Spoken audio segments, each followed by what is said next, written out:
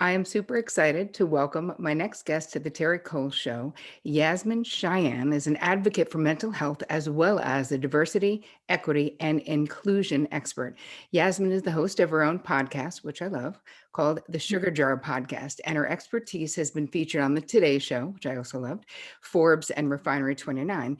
Yasmine's also known for her transformative teachings around self healing. She's helped thousands of students take control of their financial and physical health by creating boundaries, one of my faves, designing their dream jobs, finding the love of their life, and more.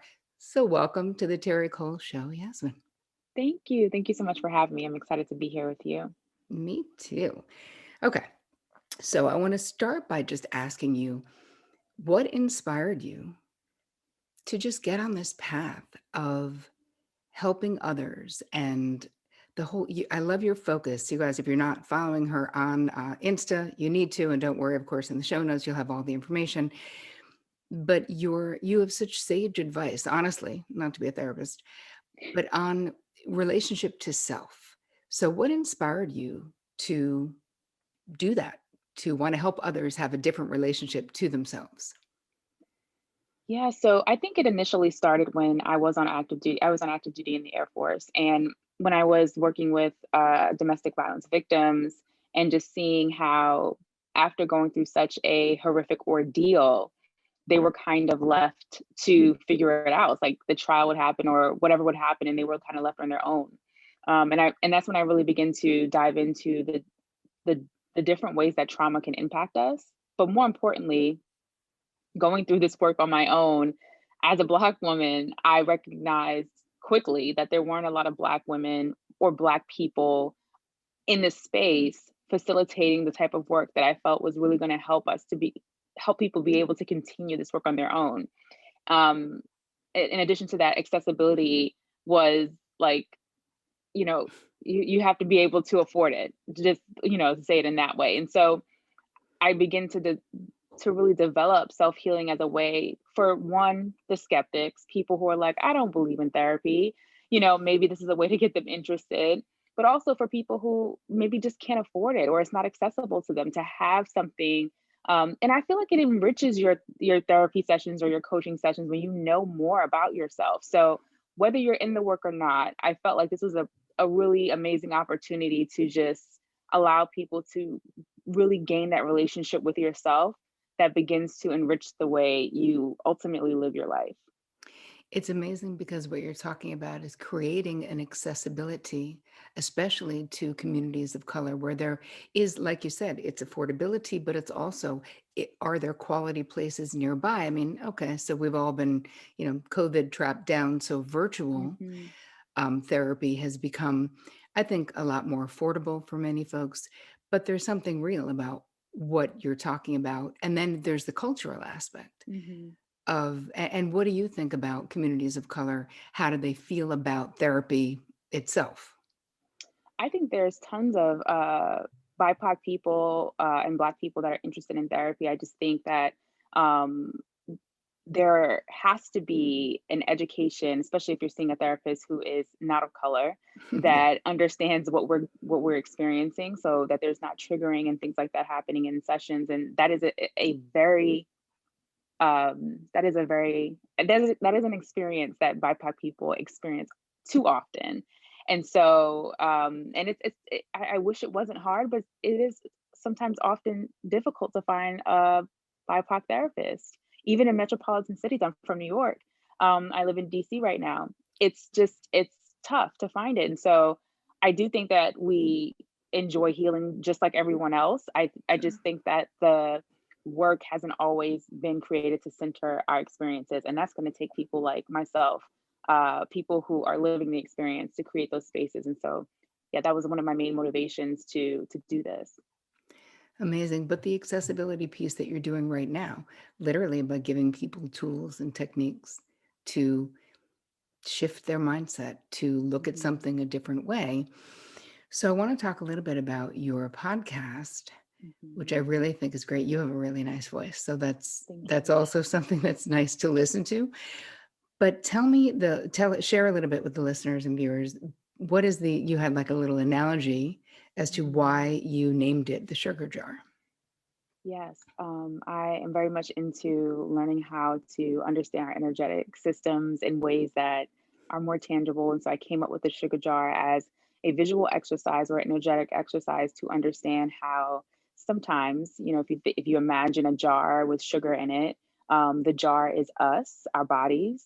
The sugar is everything else, our time, our job, our life, our friends. And when we don't have a lid on our jar, AKA boundaries, permission, people just take our sugar. But I think the biggest misconception that this visualization debunks is that we are allowing them to do this. The story is, they're taking advantage of me, and perhaps they are. I want to be, very clear that many times, sometimes we are being taken advantage of, but it's because we don't have boundaries in place.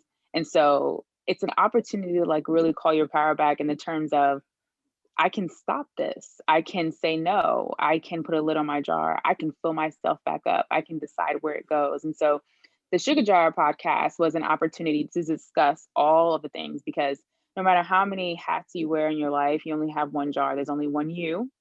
And so, but there's tons of things happening to us, medical, racism, money, being non-binary or trans, all of these different things. And so how can we discuss all of the ways in which healing comes up? Because it comes up in everything. We might think it's just that one relationship or that, romance. It's like, it's everywhere. You can use anything as a portal for healing. And that's what I wanted the Sugar Jar podcast to represent. It's when you really think about it, right? When it comes to healing, it all begins and ends with you or with me, Mm, right? If it's my mhm, life.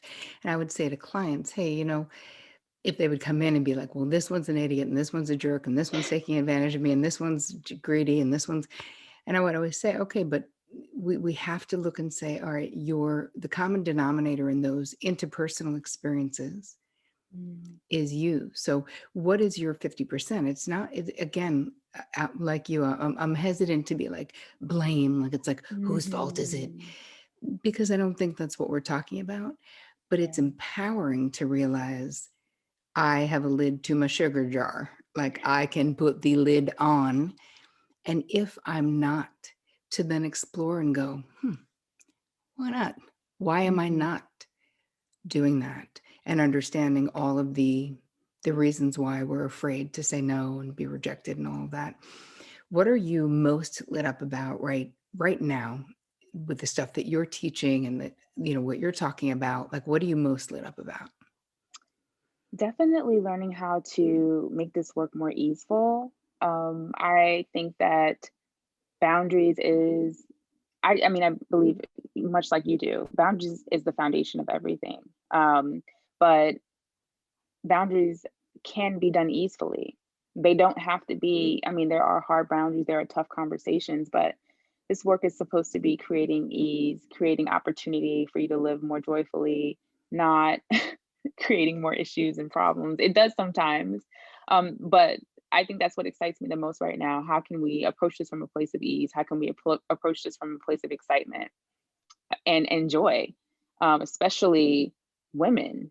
I think that women are the ones who are most likely to bear the burden or accept the burden of really just taking on all the things that we believe, whether we believe it's because we're supposed to or because we believe in the story that we do it better, we think we're stronger, whatever it is. My male clients don't often have those thoughts. It's very interesting how they're like, oh, okay, she wants to do it, that's fine. They don't really Sure. take on that responsibility that we do. And so I think ease helps to really connect us back to, this doesn't feel good, and why is that, rather than, oh, I have to put a boundary in place and have this conversation. Sometimes the healing work becomes work, and it's supposed to, yeah. Yeah, I love that though. The healing work becomes the work, but in a bad way, like in a Right. stressful way where we're Mhm. like, oh, another thing to check off my fucking to-do list. Like who wants that? And yet I think that a lot of the work that you're putting out there in the world is about sort of demystifying and challenging the Mhm. assumption that to be a boundary boss, as I would say, you have to be a bitch. You have to Mhm. have a confrontation. You gotta take everybody down. It's like not at all. And when you're doing it with ease and grace, when you're doing it more regularly, and really when we say it, what I mean from the way that I teach it is just speaking up, just letting Mhm. people know what's okay and not okay with you, just prioritizing your preferences. Like Mhm. that's really it. And yes, of course, that includes setting limits too. But I mean, what do you think about the myths that are out there right now around being a boundary boss, so to speak? Yeah, I think that 2020 was definitely the year, 2019, 2020 of boundaries. I think people are recognizing that they have the authority at least to put them in place. But I do think that there's a lot of the biggest one is that it's selfish. People really hold on to that, and it's because societally we're taught that being selfish is the worst thing that you can be. I mean, there's other things that are worse, but like that's one of them. Again, this usually impacts women differently because the last we're supposed to be giving, we're supposed to be carers, we're supposed to be taking care of everyone. Obviously, not everyone has this story. I'm not trying to stereotype, but typically we're holding on to that. And so I think that there is um my goal is always to completely disassociate the societal context that keep us boxed in living unhappily. And I think that when we redefine what we think things mean for us, like this doesn't actually feel right. Oh, that's because it doesn't belong to me. How can I define this for myself? Then we begin to get into a place of authority within our own lives versus my family believes I should be married to this person. My family believes I should be in this job. Um, my family thinks that I should cook Thanksgiving dinner by myself. Whatever it is, however big or small it may seem, it's still creating that same cycle and making it more likely for you to continue to exhibit those behaviors in other relationships, personal, business, and romantic. Yeah, it's not just one area. What I find with clients and with the stuff that I teach and the women in my courses, that it can go both ways. Like Mm, how there's that yoga saying, like how you do anything is how you do everything. yeah. From a therapeutic point of view, I've always been like, well, that's not actually Mhm. accurate. It doesn't have to be. It can Mhm. be. So perhaps you Mhm. have disordered boundaries in all those places that could be.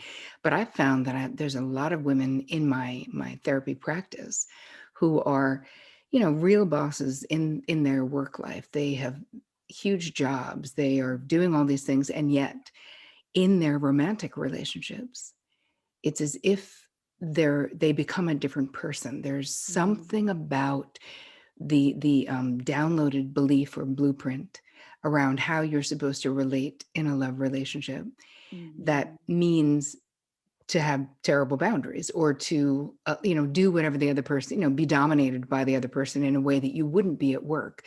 Do you find similar stuff with your clients? Absolutely. I think that romantic relationships becomes a place where, again, specifically for women, where we've been taught that that is where we are supposed to submit on a completely different level of submission. No say so, more so is what it turns into. And the way that societally we've been taught this, we feel good about being strong enough to submit this control when actually it's eating us up inside. We're building resentment. I mean, the relationship is doomed before we even get into it because we're already giving up so much of ourselves. It's also, goes back to not wanting to let anyone down. And then also the cycles of familial cycles, going for advice to family and friends and them saying, hey, this is the way it's supposed to be, like, getting that reinforcement that it's you that's the problem. Like this is how everyone else's marriage or relationships are. And so this is why I think Instagram or social media has been so powerful to really creating a place where people are being able to, for the first time, see large communities of people who are also saying, I don't want to do this anymore. And like giving themselves permission to talk about it publicly where I don't think that this was happening even 5 years ago in this kind Okay. of way. And I think that's why we're seeing people beginning to step into a place of, oh wow, I deserve to be respected at home too, or at work too. You know, for some people, relationships are great. And then at work, it's like they're getting walked over. Wherever it is that your place is that it shows up, this is the opportunity that you're seeing now. Like, I can do this for myself. And I think that it's creating a new generation of moms that's going to create a new generation of of children that are going to come up and think completely differently than we do right now. Yeah, oh, I totally agree. This also though leads back to what you were saying kind of at the top about you continue to say like this doesn't feel right, right? This Mm, something feels off.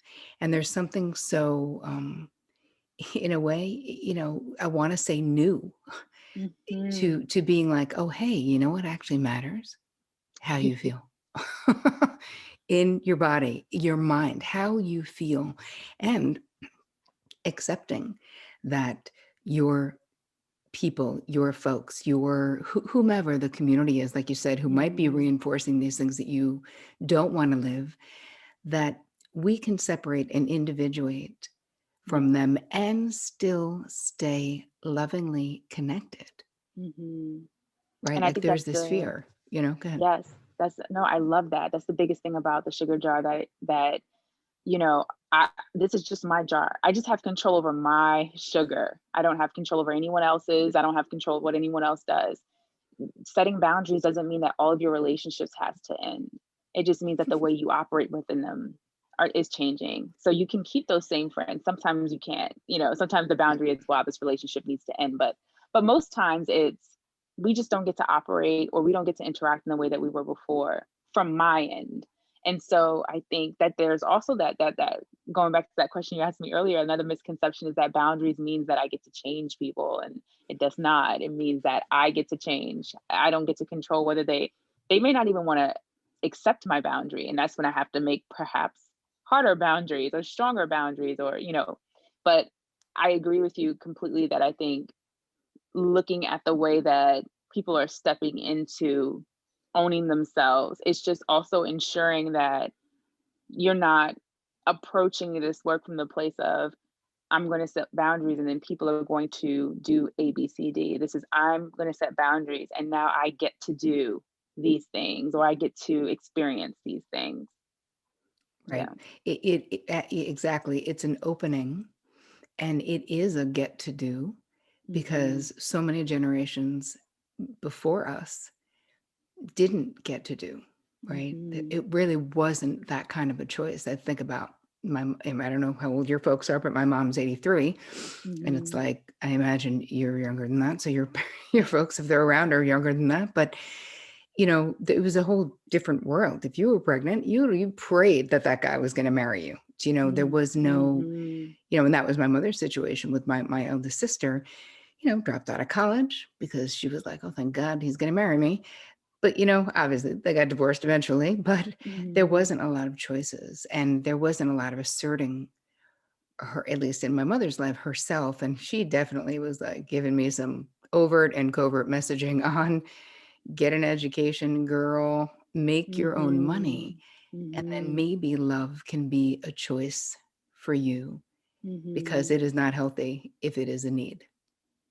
Absolutely. I mean, my mother is a bit younger, but even though she is younger, I feel like that was still her experience. Again, like because this is so new, like even if you were in your 40s in the 90s or 2000s, you still grew up with people. My grandmother, was, born in the 20s. So I had a bit of an older grandmother for my age. But because of that, we had that same messaging of like, you need to go to school, you need to make sure you have your own money.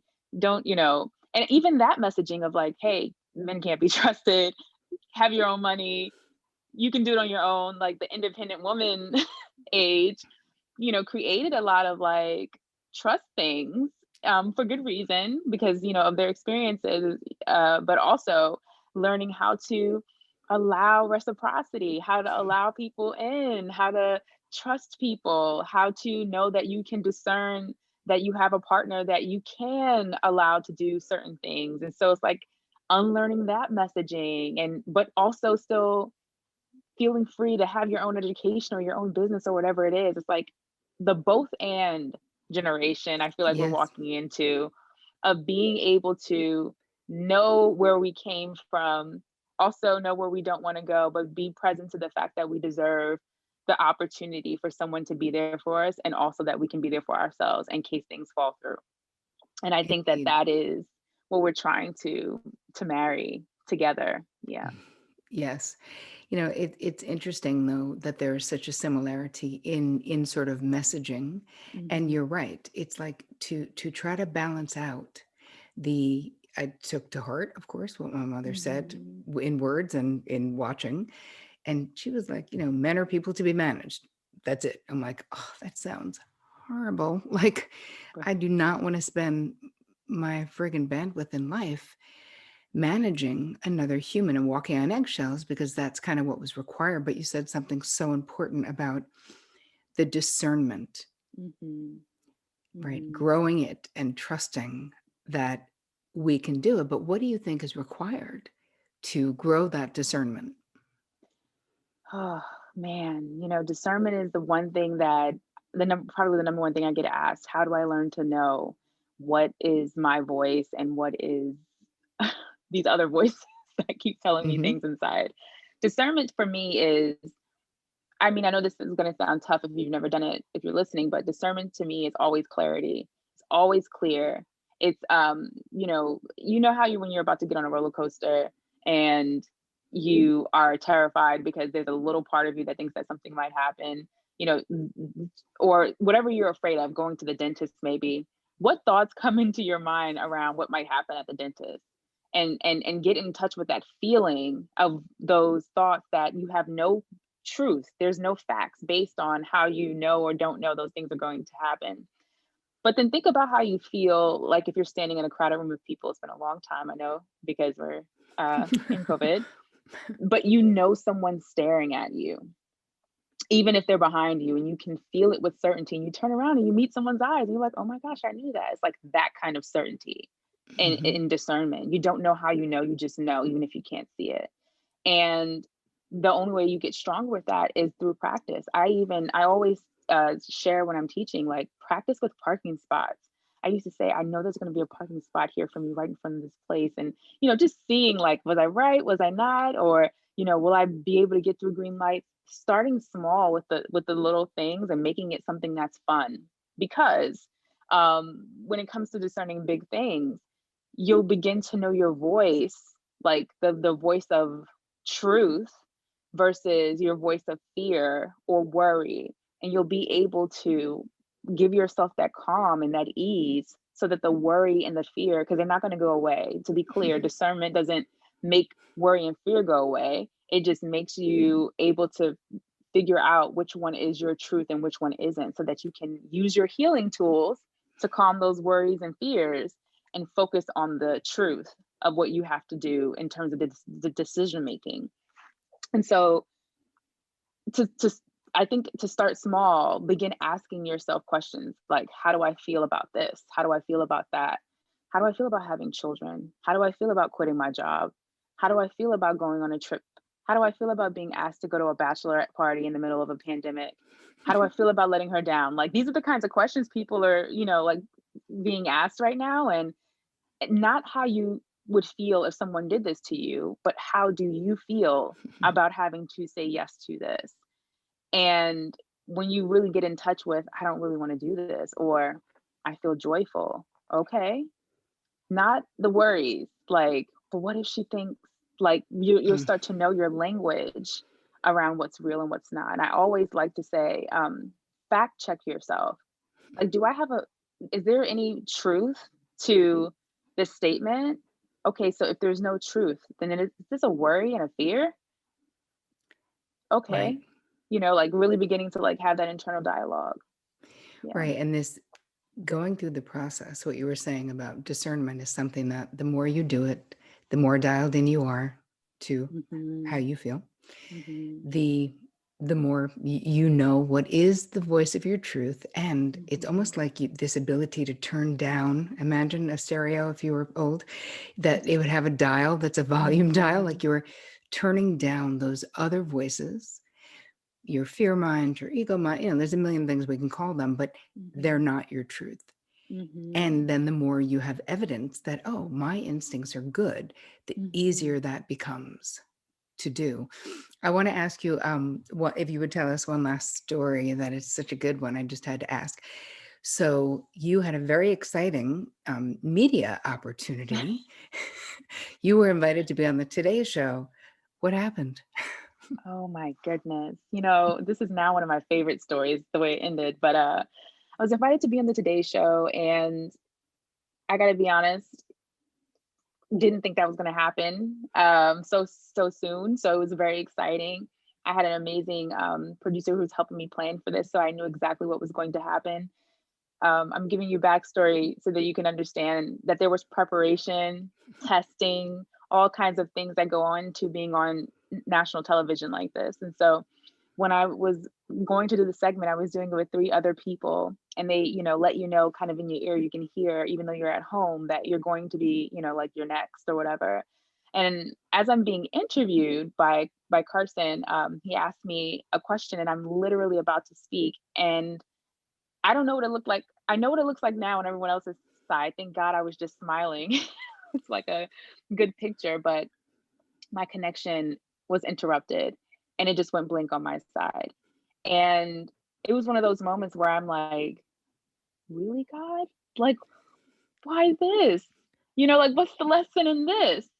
And I really allowed myself to feel the disappointment because I was like, oh my gosh, this is my first time on the Today Show. This has got to be embarrassing. I must have done something, like, you see how I went through that spiral of, I must have done something wrong. I must not have had strong internet. Like, how could I blow this?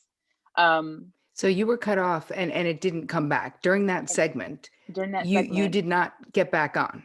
did not get back on that day. And as far as I knew, at the end of that day, the producer called me back and we spoke.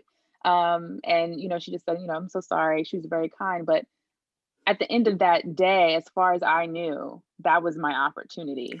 And that was it. So, Wow. hopefully next time, whenever that may or may not be. I mean, come on, it's the Today Show. Um, so Wow. I gave myself a couple days to just kind of, be in the space of disappointment. But I recognized how much I was learning about myself in the space of disappointment and how I wanted to really share this with people because I know I'm not the only one disappointed. You don't have to have your connection lost on the Today Show to be disappointed. Like, there's tons of things. This wasn't my first time with disappointment, but it was on such a public level Right. that I said, I really want to share this. And so I did a video about disappointment and really just talked to everyone about how I was walking through, giving myself the compassion of this does suck. But also, what did I learn about myself? What did I learn about opportunities? What did I learn from this experience? Make sure you're hardwired in, all of these different things that I learned, although it wasn't my internet that ended the connection. Neither of us were able to figure out what it was, but and it was just, you know, giving yourself that extra cushion of comfortability so that if something does happen, you did your best is the point. Even if it would have cut off again, I did my best. And so the Today Show ended up seeing my video on disappointment. And they asked me to come back on the same week. And I was able to come back on the day before the inauguration. And instead of the segment that I was going to have, which was about a 90-second segment, which is still unbelievable, I got a 5 minute solo segment with the team, and it was just Unbelievable. beautiful. And so it really showed me that, one, don't give up on yourself, and two, really share what you're going through if you feel comfortable. Also, I'm a big proponent of, you don't have to share your stories and your trauma if you don't feel comfortable, but my discernment let me know that this was an opportunity to really help teach my community about how you can navigate disappointment. I had no idea that the Today Show was going to see that and invite me back. So yeah. It's such an awesome story. And that was really how I was introduced to partly to your work was through Mhm. the disappointment video that what you would learn Mhm. from it. And I was like, that's amazing because it was so quick that you were able to sort of put it out and just share. And I loved how you did it. But the end of the end is that them seeing it and having you back on and it being better than it would have been is just so it's just so beautiful. And really, props to them too for recognizing, Mhm. the specialness of your message and what you're doing. And just that was great. I Mhm. don't know if that was the producer or somebody who was dialed into your world or somebody sent it to them Mhm. because they knew. But I just love the story. So tell us where people can find you. Like, where do you hang out the most? Instagram. I usually post 1 to 2 times daily, and, you can find me at Yasmine Cheyenne on Instagram. But if you're looking to, maybe you don't like Instagram or you're on a pause, my podcast, anywhere you listen to podcasts, the Sugar Jar Podcast, and then you can also join my list, yasminecheyenne.com. No spam, none of that stuff, but you do get 2 free workbooks when you join, so Right on. Well, I want to say thank you, thank you, thank you for being my guest today. I really appreciate it. I appreciate you and your work. I love sharing you with my people. Let's say to be continued. I bet we're going to do this mhm. again. Yes, thank you for having me.